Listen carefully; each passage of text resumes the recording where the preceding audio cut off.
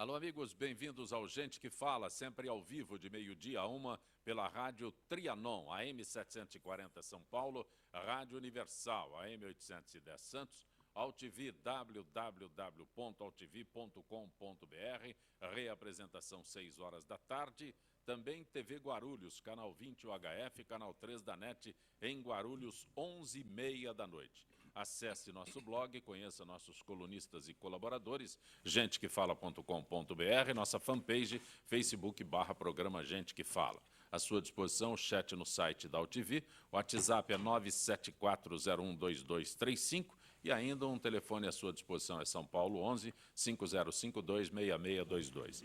Edição de quinta-feira do Gente que Fala é gente do MPD que Fala, nossa parceria do Gente que Fala com o movimento do Ministério Público Democrático. E representando o Ministério Público Democrático, Procurador de Justiça, professor Paulo Marco Ferreira Lima. Professor Paulo, prazer tê-lo aqui. O prazer é meu e me sinto muito honrado de estar à mesa junto com pessoas tão brilhantes. Espero poder falar e discutir bastante. É muito bom, porque a quinta-feira acontece graças à parceria com o MPD. E o senhor, como representante dele aqui... Vou me esforçar para tentar representar. Muito modesto. Também conosco o advogado doutor Marcelo Araújo, especialista em direito imobiliário. Doutor Marcelo, boa tarde. Muito boa tarde, é uma satisfação poder compartilhar com os colegas aqui e poder esclarecer alguns pontos de vista, algumas questões que nos foram passadas. Esperamos fazer um bom programa. Também conosco a advogada doutora Thaís Jurema Silva. Doutora Thaís, boa tarde. Boa tarde, eu que agradeço mais uma vez participar do programa. Espero que a gente possa levar um pouquinho mais de informação para as pessoas e agradeço por essa mesa brilhante, né? E que a gente possa trazer mais benefício aí para a população. E a senhora preside o IBRAC. Isso, preside o Traduza IBRAC. por favor. É o Instituto Brasileiro de Resolução Alternativa de Conflitos. O IBRAC ele tem a finalidade não só de mediar, da mediação e arbitragem, como também de cursos voltados para a área jurídica. Também conosco o professor Hubert Alqueres. Prazer tê-lo aqui, professor. O prazer é meu, Zancopé, e estou muito feliz de estar com vocês, com colegas tão ilustres hoje aqui nessa tarde, não é? Eu sou da área da educação e não sou da área do direito, mas espero dar aí alguma contribuição ao debate. São áreas muito próximas. O senhor é do Conselho Estadual de Educação. Isso, correto? E do Colégio Bandeirantes, fui professor na USP há muito tempo, então é a minha praia. É um currículo extenso, não caberia tudo aqui. Isso. Por isso que eu anuncio apenas como membro do Conselho Estadual de Educação. Obrigado. A Comissão de Constituição e Justiça do Senado aprovou ontem a PEC 35/15, que institui mandato de 10 anos sem recondução para ministros do Supremo Tribunal Federal. A proposta ainda será submetida ao plenário do Senado e, se aprovada, não afetará os atuais ministros da Corte. Doutor Paulo Marco, doutora Thaís, professor Hubert e doutor Marcelo, o que significa isso, doutor Paulo Marco? Eu penso que é importantíssimo a população entender que a vitaliciedade, ou seja, o fato do juiz ser juiz até o final da vida, isso acontece também com o membro do Ministério Público, não é algo para favorecer o juiz ou para favorecer o promotor de justiça.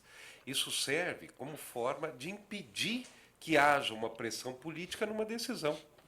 É muito comum, e infelizmente na carreira, por exemplo, de delegado de polícia, que muda a cúpula da delegacia, muda-se tudo.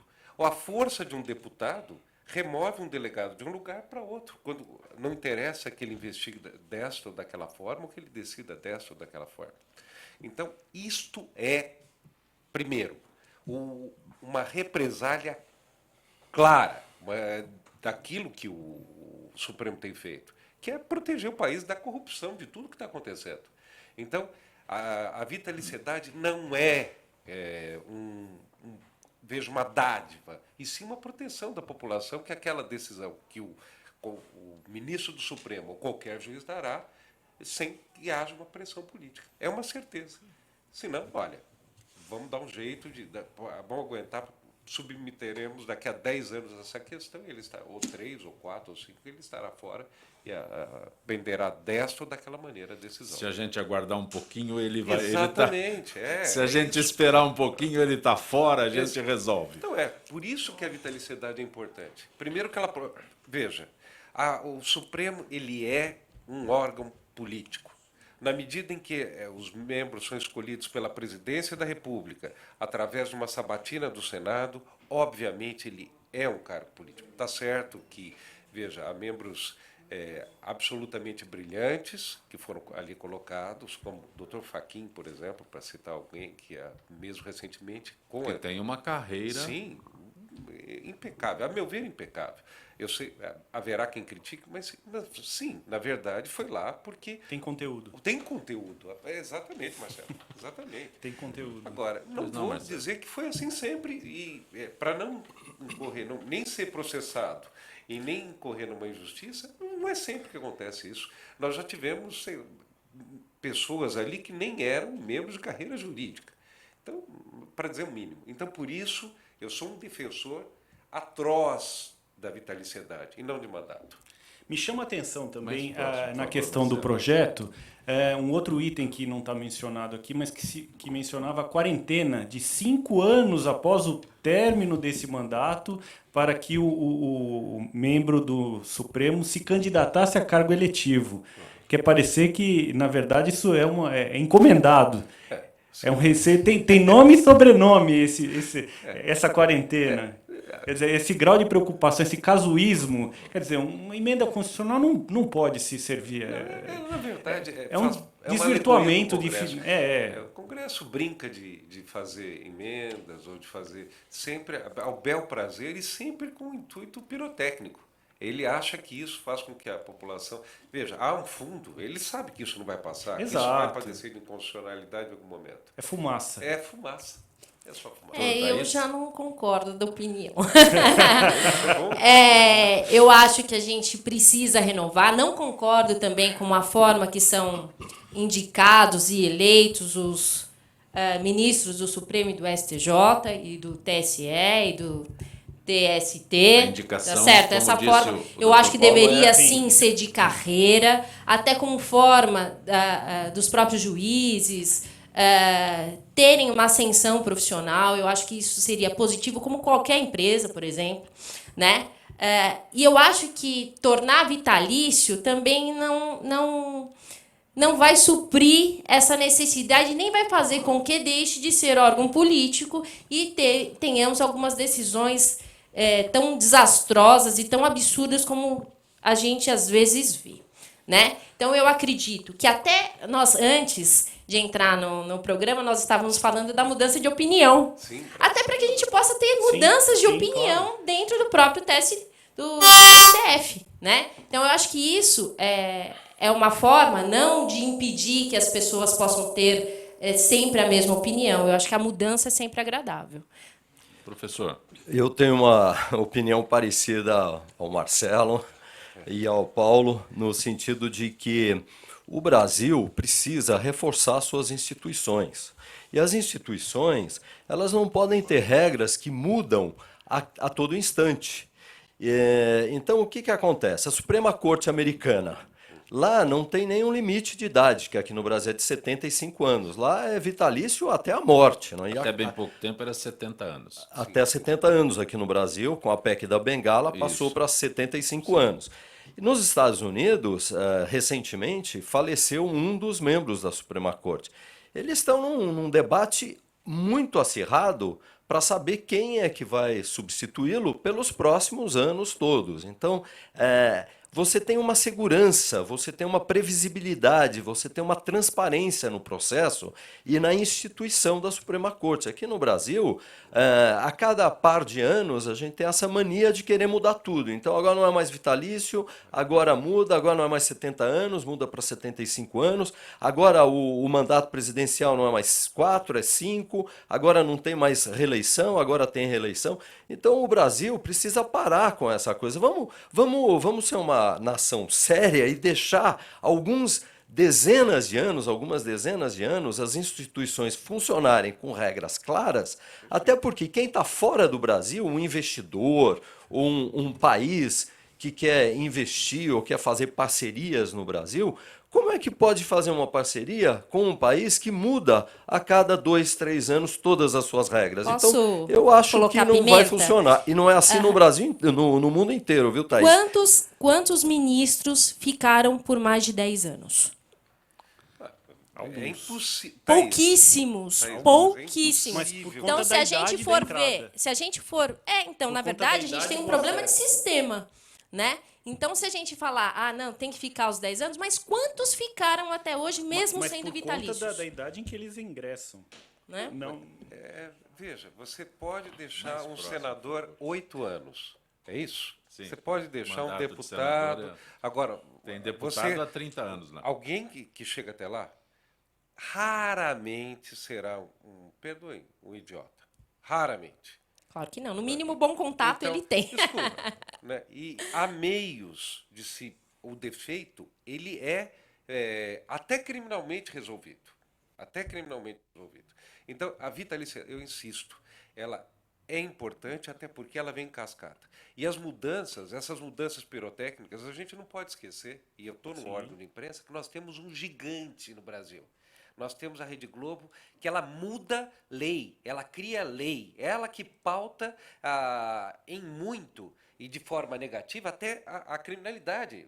O que vai ser crime, o que não será crime, é aquilo que a Rede Globo decide. Então, além dos partidos políticos, nós temos um grau de imprensa. E esse grau de imprensa, qual é a relação? A imprensa, ela cria a tal da opinião pública que motiva esse tipo de insegurança jurídica.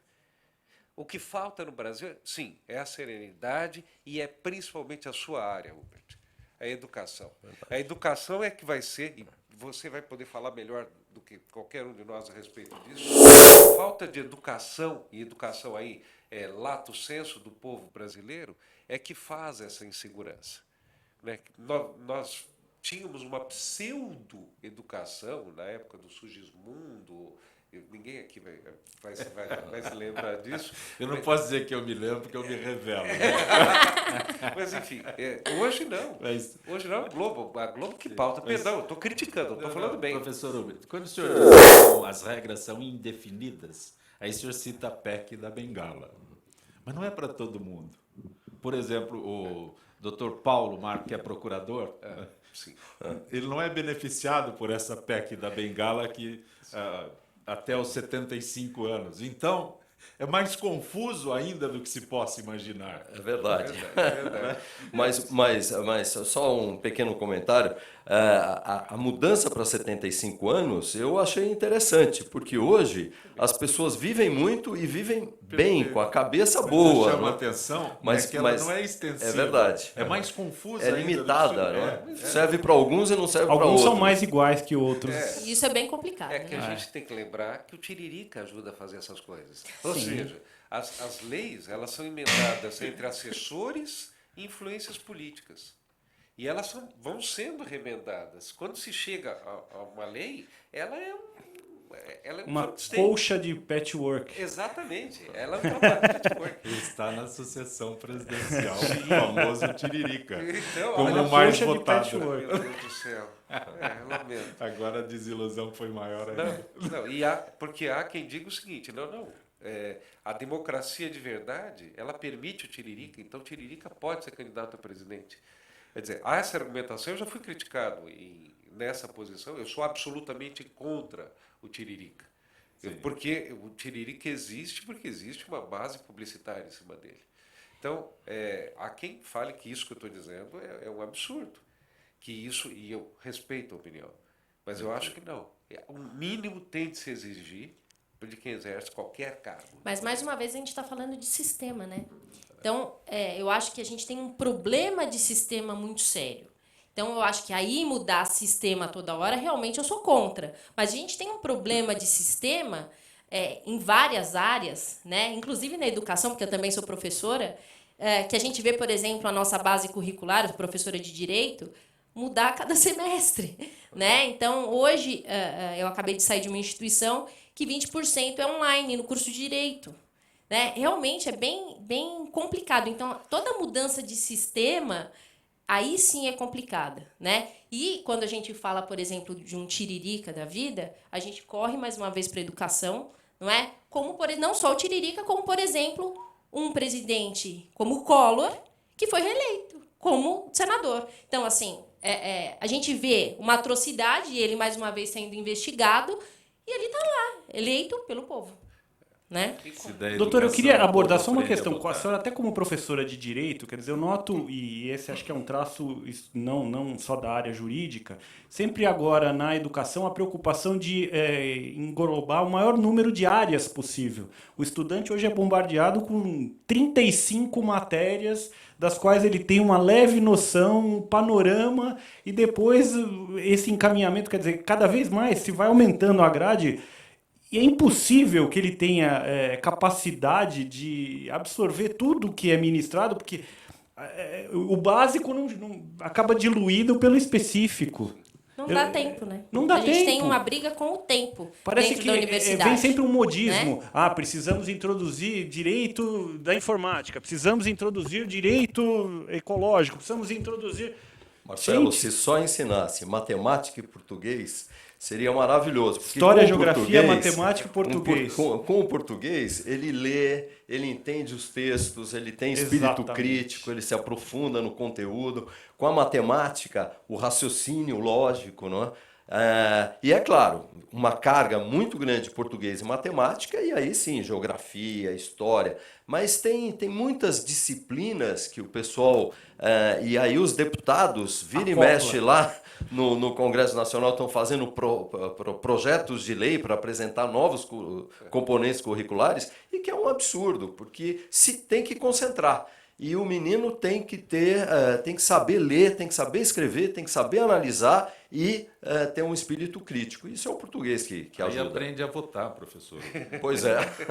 Esse é o problema. Não vota no tiririca, com Esse é o certeza. problema, aprende a votar. É algo que vocês não entenderam ainda, lamentavelmente. O mês de fevereiro é marcado pela mobilização mundial em torno da conscientização do uso ético, responsável e seguro da internet. Segundo a rede INSAF, contribuir com a promoção da paz e da justiça a partir do uso positivo da internet pressupõe a eliminação de qualquer tipo de violência que tem sido potencializada com a pedofilia, a pornografia infantil, o cyberbullying, entre outros. Doutora Thaís? Mais uma vez, a gente vai para a educação, né? Sim. Bem sério isso. Até, voltando um pouquinho atrás, não sei se é verdade, mas eu acho que, não sei se é uma norma do MEC, que agora coloca o português como alternativo, eu não sei muito bem como é que é, mas não matéria exclusivamente obrigatória, algo bem grave nesse sentido, né? Mas com relação a esses crimes cibernéticos, eu acredito que são duas faces da moeda, né? Eu, como mãe, vejo que cada dia mais é impossível você controlar o acesso do seu filho às redes sociais. O conteúdo. Né? Porque você não está 24 horas com ele, né? E a submissão a esses crimes, né, em especial com relação à criança, é muito sério, né? E é difícil, pelo menos para mim, vislumbrar como limitar isso, né? Eu sei que existem alguns recursos dentro da própria internet, que você pode bloquear e etc. Mas os meus filhos têm 8 e 9 anos, são pequenos, eles sabem muito mais de internet do que eu. Eles me ensinam, né? Então, isso é uma coisa bem complicada, a questão da limitação e da participação da família em todo esse processo, né? Eu posso ter a palavra, Zancopé? Olha, eu costumo dizer, e me acho assim, que alguém que é um especialista em determinado tema provavelmente é ignorante em todos os outros. É o meu caso. Mas com relação a mestrado, eu tenho mestrado e doutorado em crimes de informática. Eu sou um especialista nisso e um ignorante no resto. Mas eu digo, mas digo algo absolutamente verdadeiro. O Brasil ficou... eu gostaria de fazer um link entre algumas pessoas. Primeiro, eu queria falar com o Hubert, alemão é Hubert, né? Não é Hubert, né? Com Hubert primeiro.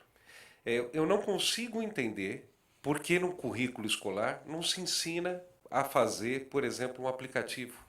Não se ensina, não se tem uma educação, não é ensinar a lidar com Word ou lidar com Excel, é a fazer programa, para que possa, enfim, ter futuro no mercado que vem. Porque o mercado que vem não vai exigir essa, vamos dizer... Manuseio. Quando morreu Tiradentes, quando nasceu Tiradentes, veja, e a forma como foi ministrada a educação até hoje, ela não está sendo prática. E não dá para concorrer em termos mundiais. Há um fenômeno que eu chamo de hipercomunicatividade. Ou seja, hoje nós estamos falando pelo rádio e pela internet. E as pessoas hoje, aquilo que era um péssimo hábito, que era usar o celular enquanto conversa, passou a ser. E vejam, vocês têm que admitir, a gente vê, passou a ser uma coisa natural. Em aula, inclusive. Em aula. E veja, eu penso que não se briga com a tecnologia. Brigar com a tecnologia, você perderá. O que você precisa, de novo, é educação nesse sentido. Eu preciso dizer que ficaram anos sem projeto de criminalização nenhum, não havia crime de internet. Ele passou a existir faz 2 anos, eu fui um dos autores do anteprojeto, junto com dezenas de colegas. Qual foi a razão que passou? Como é chamada a alteração do Código Penal? Lei Carolina Dickmann. Aí fica evidente. O casuísmo. O casuísmo de quem manda. Quem manda? Quem manda. Fica evidente dita o quem ritmo, manda. né? Quem dita o Apesar de ritmo. ser advogado imobiliário. Exatamente, quem dita o ritmo. Agora, me preocupa a capacidade, nós vamos sempre girar em torno da educação, Hubert, Claro, de quem acessa a internet julgar o conteúdo. O acesso é livre, é universalizado, mas a capacidade de julgar a veracidade, a idoneidade do conteúdo é cada vez menor. Então, se está na internet é verdade. Se está na internet tem procedência. O que Dr. Se está na Google internet diz. tem origem, exato. Pesquisa no Google, quem alimentou. Então, isso me preocupa, quer dizer, parece que colocou na rede, tem foros de revelação. Ontem descobriram uma fraude na Wikipédia de uma sentença condenatória do Chico Buarque. Quer dizer, enfim, o papel aceita tudo, a internet aceita E tudo. aceita mais ainda. Mais ainda, né? Professor, Eu concordo totalmente, mas o pressuposto... o mas é que é ter. O mas é sempre o complicado. Mas eu acho que o pressuposto é que a internet é uma coisa maravilhosa. Quer dizer, mudou o mundo, transformou completamente a forma das pessoas se relacionarem e aprenderem. Não é? E também a questão da tecnologia. Contra mesmo. A gente todos os dias acorda e dá graças a Deus que essa tecnologia desenvolveu tanto. Agora, existem as exceções. E essas exceções são de pessoas que não entenderam a lógica da internet. A lógica da internet é de transparência, muita verdade. As pessoas não podem mentir na internet, porque a relação é uma relação de confiança. Você mente, você destrói a essência do que tem que ser a internet. Então, eu acho que essa é uma questão muito importante, o compromisso com a verdade, não é? E de quem está na rede, quem se comunica na rede, quem coloca coisas na Wikipedia, no Google, enfim. A outra questão que eu vejo é a questão de crimes mesmo, de crimes como entrar em contas bancárias, a questão da pedofilia, que é gravíssima. Todo e qualquer pai hoje fica apavorado, não é, com a ideia do seu filho estar navegando em algum site complicado. Não é? Para isso, a gente tem que ser muito rigoroso, a gente precisa de trabalho como o doutor Paulo Marco. Mas, Hubert, é você. Não adianta. E a educação, sem dúvida. Porque você não tem um ponto. Primeiro, não é realmente lugar comum falar é terra de ninguém. Não, não é. A internet, na verdade, é um cruzamento de computadores. É a informação passando de um computador para outro computador. Ou seja, sempre haverá um ser humano atrás de um computador. E Mas há uma selva. Há tigres de internet. Mas é uma selva. É uma selva, sim. Doutor Paulo, eu gostaria que o senhor esclarecesse algo que o senhor fez referência há instantes, quando o senhor descreve esta selva, né? Sim, sim. Com relação ao Chico Buarque. Tem lá uma ação condenatória que não é. Que não Não é existe. verdadeira. Não é verdadeira. Porque Não a é Wikipédia, verdadeira. ela é embasada, ela é feita pelo Alguém usuário. colocou, alguém alimenta Alguém ali. alimentou. Isso. Alguém alimentou. Mas como é que retrocede isso? Tem? Não. Identifica o IP. Agora nós temos o... Bom, no Brasil nós temos algo que foi um desastre, né? Que foi o Marco Civil da Internet. E que foi vendido... Veja, se a Google e o Facebook comemoram, o Paulo não pode estar comemorando. Porque uma das coisas mais... se alguém faz uma difamação, uma injúria, uma calúnia através de uma rede social, você quer... você quer atingir a pessoa, mas se houver um dano moral efetivo, você quer processar. Estou certo, Marcelo? Quem indevidamente deixou ali. Quem veiculou. Quem veiculou. E o Marco Civil proibiu isso. Ele é só um, Proibiu essa ele é só um identificação. caminho, ele não Sim. tem a ver com o conteúdo, ele não tem como monitorar o conteúdo. É um absurdo. Proibiu essa identificação. É como se fosse a Boate Kiss. O culpado da Boate Kiss foi o cara que soltou o rojão. Não foi. Foi quem não teve controle na hora de saída, foi quem aceita, como o Facebook ou qualquer outra rede, qualquer coisa, o Wikipedia, que aceita qualquer manifestação. Eles não têm critério, responsabilidade? Eles não têm Não responsabilidade. tem Absurdo. critério. E o Marco Civil disse que não. Eu concordo totalmente. E na Boate Kiss, não é nem quem soltou o rojão, porque eu acho que esse tem bastante responsabilidade. Mas o que tenta se fazer é culpar a vítima. É a vítima que sempre... Quem morreu. Você entrou na internet, o problema é seu. Você foi na Boate Kiss, o problema é seu. Porque você estava lá. E a gente tem que inverter essa lógica. A gente tem que realmente ir atrás do responsável verdadeiro. Quem né? entra na selva sabe o que aguarda. E não tem como não entrar na Então selva. ensina como é que se entra na selva. Nós estamos com o Gente que Fala, retornaremos em instantes, gente do MPD que fala.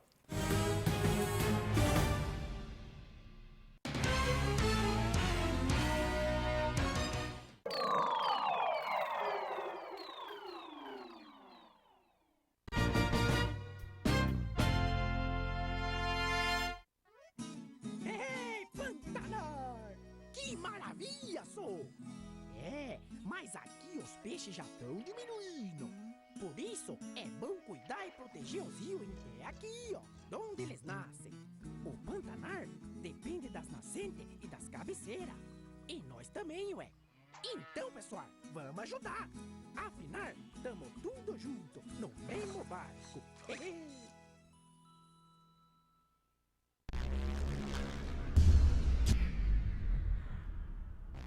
Olá, eu estou aqui para tocar sua consciência. Nossa saúde ganhou o movimento Mama Amiga pela Vida, uma ação social e voluntária que trabalha pela prevenção do câncer de mama.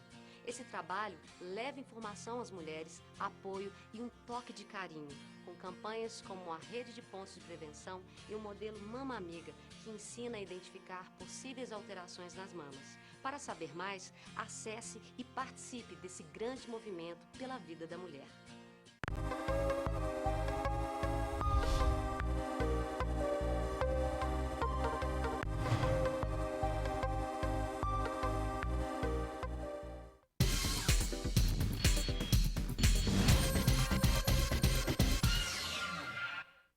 Oi, eu sou Letícia Spiller e quero convidar vocês a fortalecer o movimento que quer criar uma lei para acabar com o desmatamento no Brasil.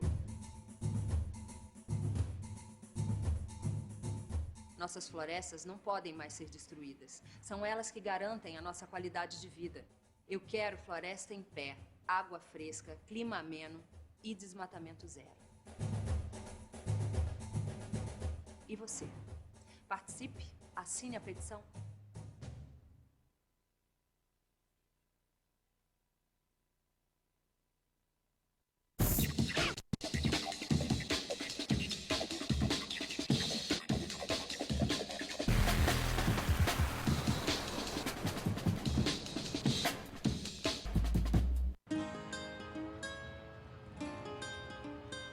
Todas as espécies da Mata Atlântica dependem da água para sobreviver.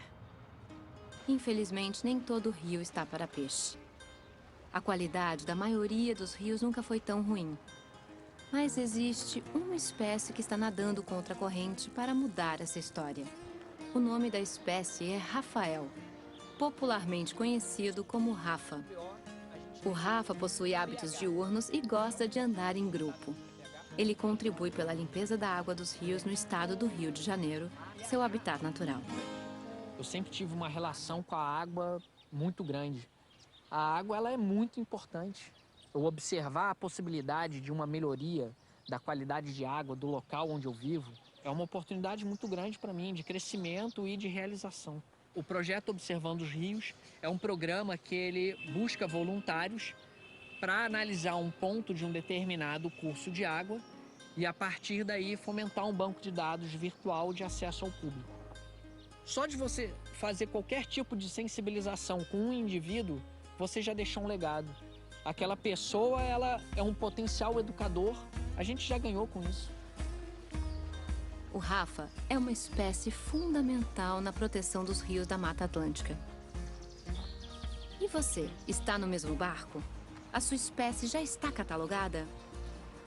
Acesse gpsmataatlantica.org.br e conte o que você faz pela Mata Atlântica.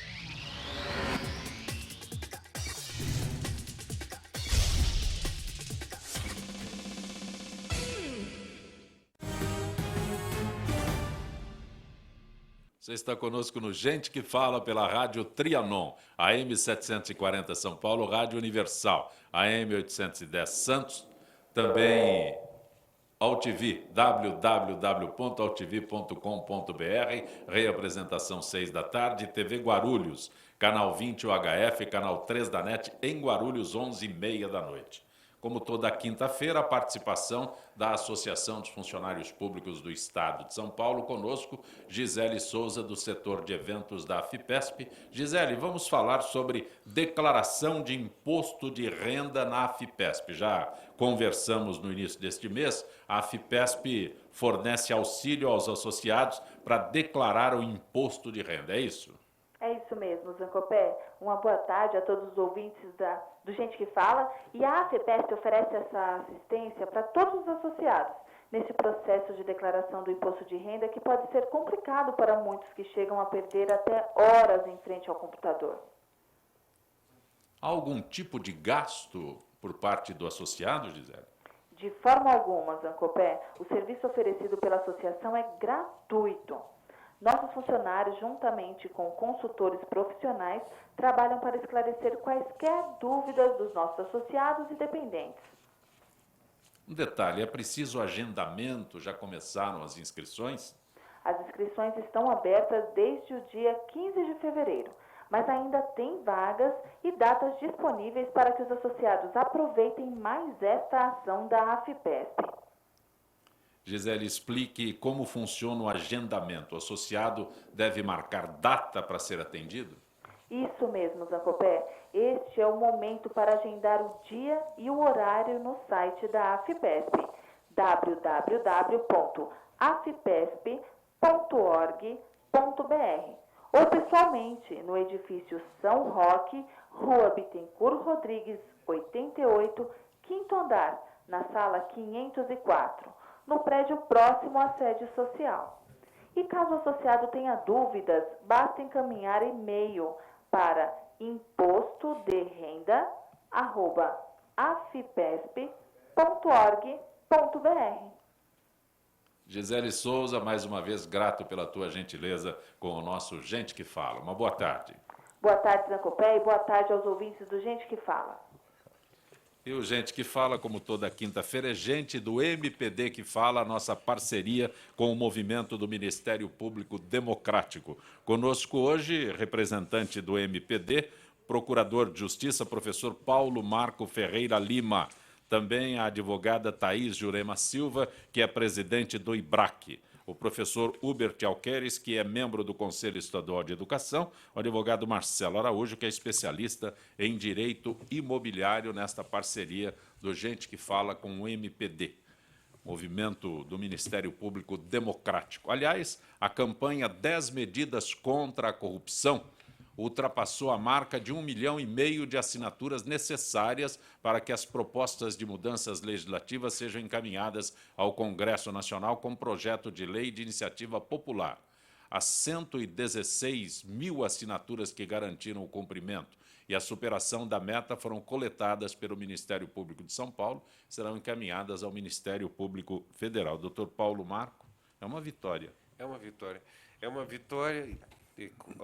Hubert, nós nos conhecemos hoje, vamos deixar claro, né? Porque parece que tudo eu chamo a isso, mas a mesma pessoa que reclama da corrupção na Petrobras é a que pega o acostamento e segue na frente dos outros para ser mais esperta.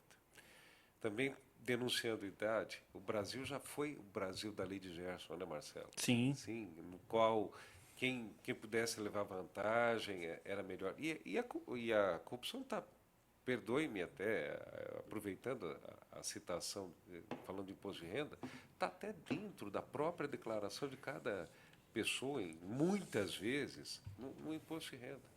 Então, sim, é endêmica a corrupção no Brasil. Qualquer ato é importante nesse sentido. Mas vou fazer uma crítica agora a nós mesmos, cortando na própria carne. Eu tenho muito receio do trabalho político do Ministério Público. O Ministério Público tem que atuar como investigador, como repressor. Eu tenho algum receio desse papel político, seja do Ministério Público Federal, seja do Ministério Público Estadual e seja da Polícia Federal.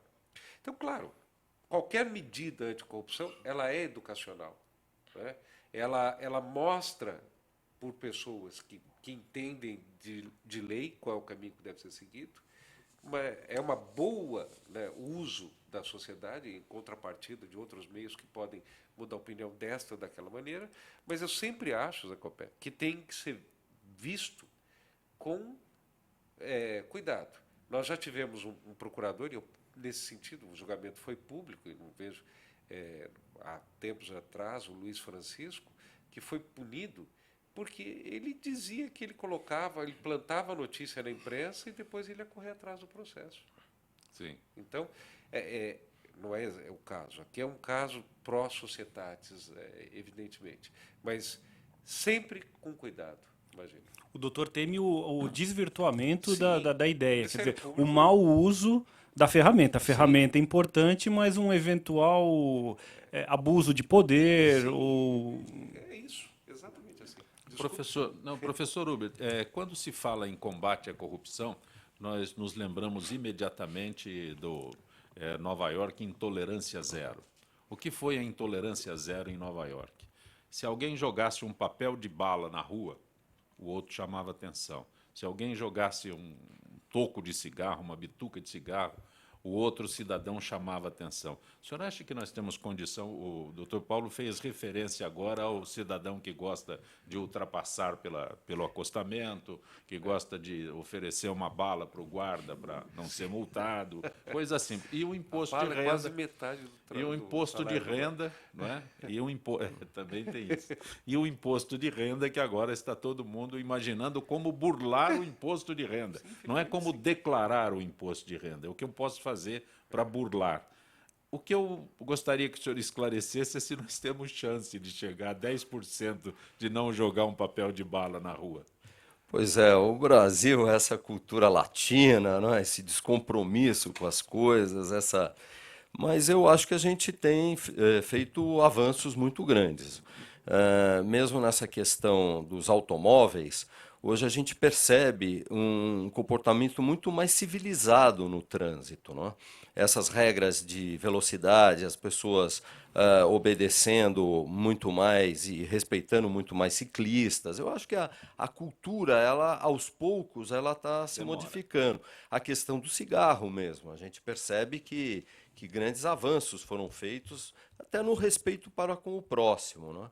Hoje, as questões de racismo, é impressionante como a sociedade se coloca contra essa atitude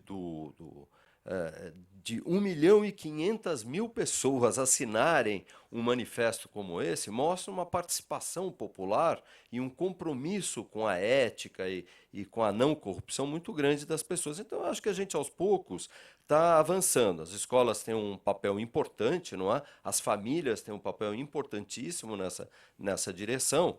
Agora, eu acho que o mais importante realmente, além das leis, além da mídia, além da escola, além das famílias, é que cada pessoa faça o seu papel. Então, quando vê alguém jogando um lixo na rua, ou vai lá e tira o lixo, ou repreende a pessoa, claro, de uma forma educada, sem agressão, mas eu acho que as pessoas elas precisam protagonizar mais essa questão da vida civilizada, não é? Da vida em conjunto.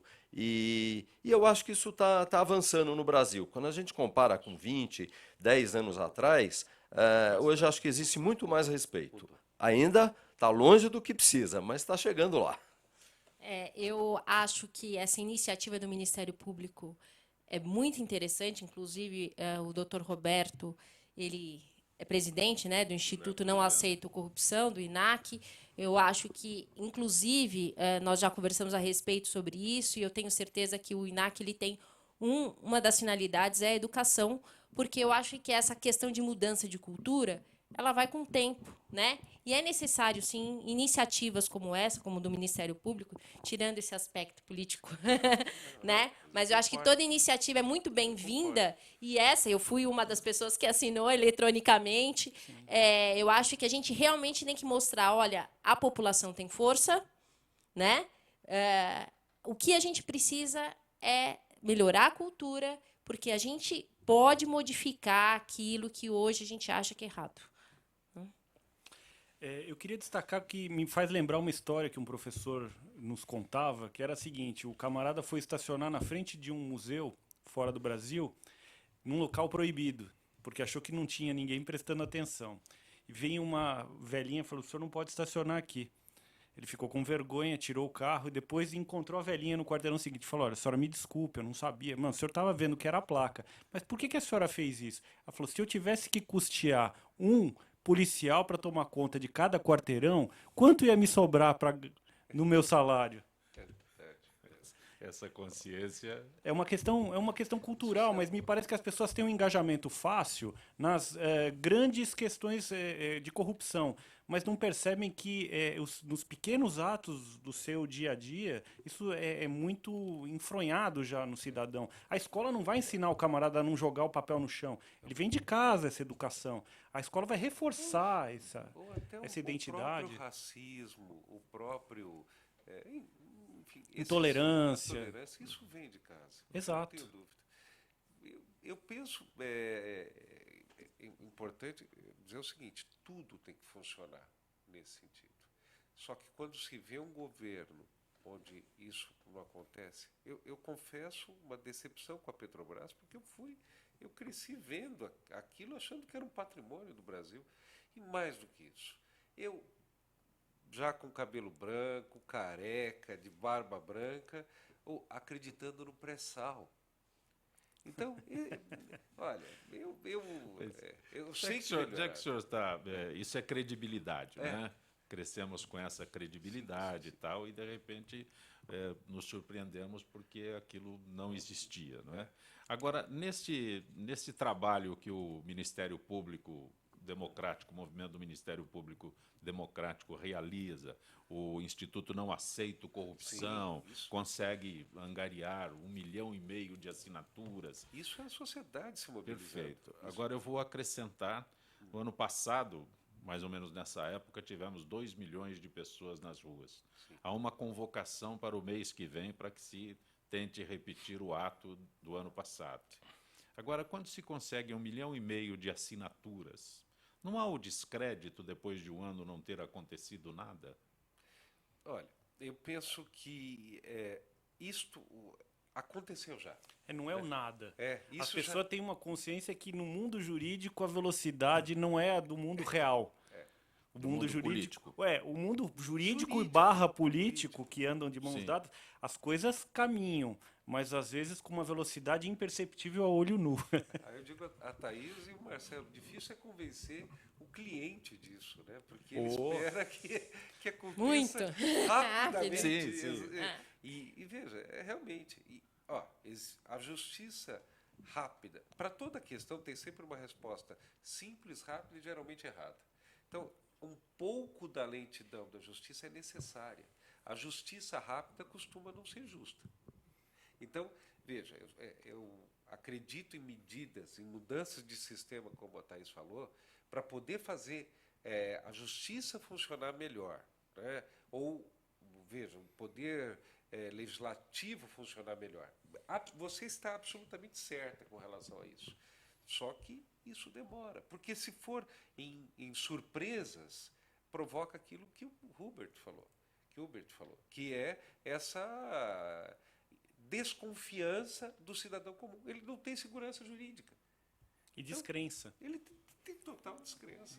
Na verdade, eu acho que esse excesso de alteração que a gente tem de lei, realmente, até para nós que atuamos na área do direito, é um grande problema, né? Tá um Código de Processo Civil para entrar em vigor, já com várias alterações, por exemplo. Né? Então, realmente, isso causa insegurança jurídica. Quiçá ao cidadão que não tem acesso a essas informações. Não é? Nem tem como ter, né? Tá fora do ambiente dele, né? Então, realmente é bem complicado, mas eu acho que a gente não pode perder a esperança de deixar que não deu certo dessa vez ou não teve frutos dessa vez, que a gente se estacione e fala, não, poxa, não deu certo, eu não vou no dia 13, por exemplo, sair na rua. Né?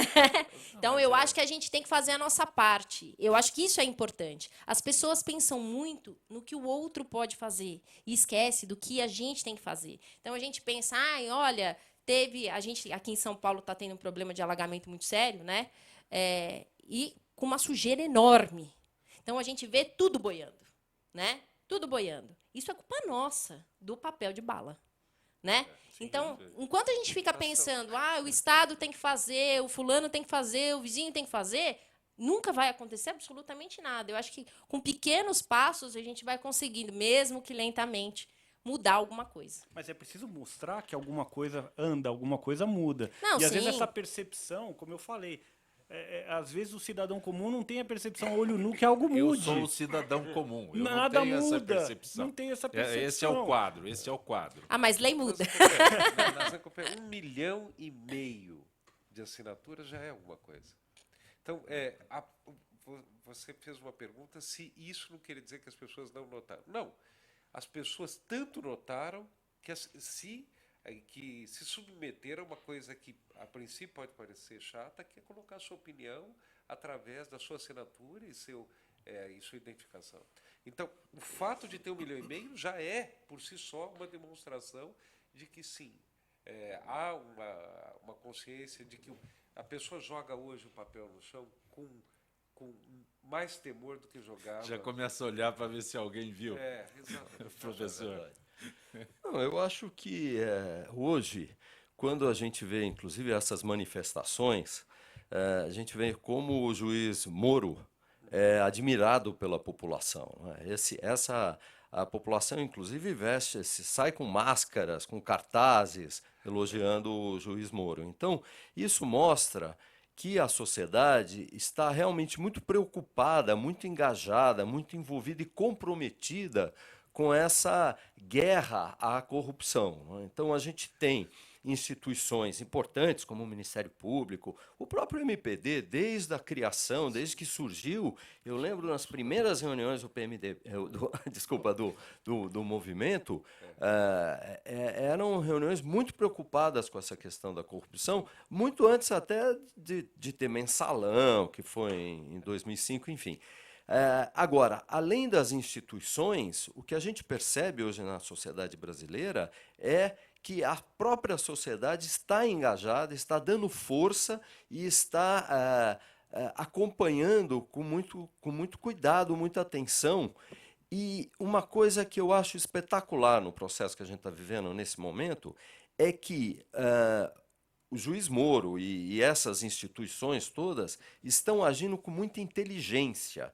Eles realmente não estão cometendo, eles estão muito mais acertando do que cometendo erros. Eventualmente, algum tropeço, alguma ação que pode parecer um pouco desacertada, mas o vetor principal é de inteligência, é de muito foco e conforme a gente vê os desdobramentos da operação, a gente percebe que realmente é algo de muito errado, muito podre e que a gente precisa ficar muito revoltado mesmo com essa cultura da corrupção que existe no Brasil. E aí a gente volta a dizer, é claro que cada um de nós tem um papel de exemplo, um papel de fazer as coisas certas e mostrar como que tem que ser feito. Mas eu acho importantíssimo também dar essa retaguarda a essas instituições, por exemplo, entrando no site e assinando a petição. Tem 1,5 milhão hoje de assinaturas, vamos levar isso para 2 milhões, ainda que a gente já tenha conseguido alcançar a meta.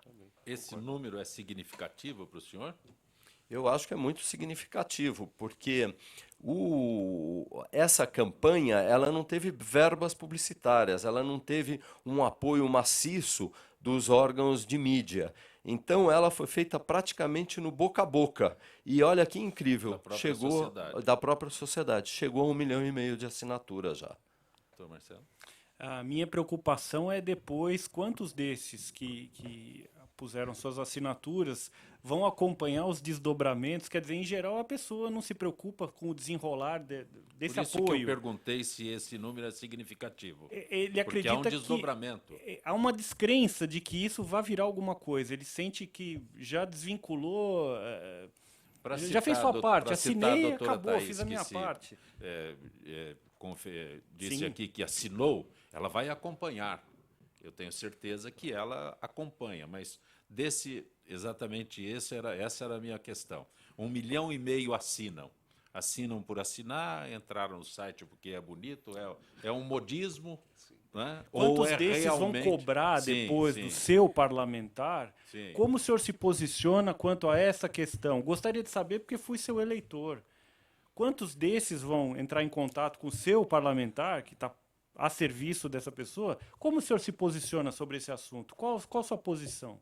Quantos? Na verdade, eu acho que o que falta não é indignação. Não é? Indignação, todo mundo fica indignado. Eu acho que o que falta é uma indignação consciente. Sim. Não é? Então, o que eu acho que a gente tem que batalhar, não que as pessoas fiquem indignadas e, às vezes, cometam atrocidades. Mas sim que elas sejam engajadas, que elas tenham essa indignação, mas de forma consciente, inclusive para não repetir atos. Não é? Então, enquanto está na frente de todo mundo, é muito fácil falar eu sou bonzinho, eu faço tudo certinho. Não é? No dia a dia, que é o grande problema. Eu já sou voluntária em alguns eventos da igreja onde eu vou, e você vê que dentro da igreja, numa festinha junina, a pessoa quer passar na fila dentro da igreja. Então, quer furar a fila dentro da igreja. São pequenos atos que é importante porque você está com uma criança, você está mostrando, e a gente não reproduz porque a gente ouve. Sim, naquilo que a gente vive. É muito diferente. Vocês não perceberam, mas nós estamos chegando ao final desta edição muito de Gente rápido. que Fala.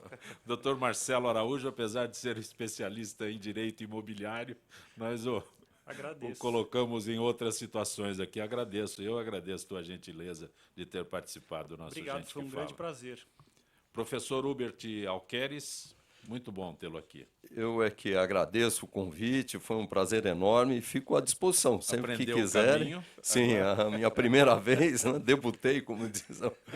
Foi ótimo, muito obrigado. Doutora Thaís Jurema Silva, sempre muito bom tê-la aqui. Eu que agradeço e todas as vezes que a gente vem aqui debater, a gente mais aprende do que fala. Isso é extremamente importante. Então, também estou aberta a novos convites e é sempre muito bom participar aqui com vocês. Doutor Paulo Marco Ferreira Lima, que é procurador de Justiça, professor e integrante do movimento do Ministério Público Democrático, o MPD.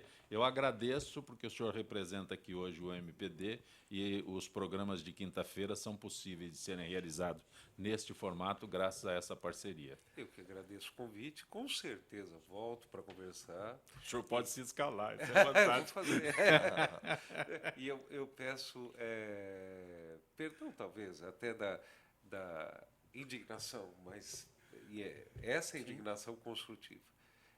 Eu espero, e isso é muito importante, Zacopé, que nós possamos sempre, a corrupção não é igual a jabuticaba, que só tem no Brasil, nasce no Brasil e não frutifica em outro lugar. A corrupção é mundial. O que acontece no Brasil é a não punição. Isso é que provoca isso. Bom, agradeço muito, peço desculpas por eventuais Muito excessos, mas é a opinião do MPD e a opinião do Paulo Marcos. Gente que fala tem a direção-geral do jornalista Fausto Camunha, a diretora de produção Zenilda Salvato, redação Raela Brandão, Pedro Schiavon, na pauta José Carlos Sicarelli, produção cultural Ricardo Godoy, na rádio Trianon, Berebenê, Cléo Rodrigues, Neildo Neres e Ricardo Valim, na direção da TV Guarulhos, Fernando Mauro, na direção da UTV, Alberto Luquete, na técnica James Eduardo, Marcelo Fontan, Sérgio Oliveira e Iago Matsumoto. Estaremos de volta amanhã, meio-dia. Gratos, até lá.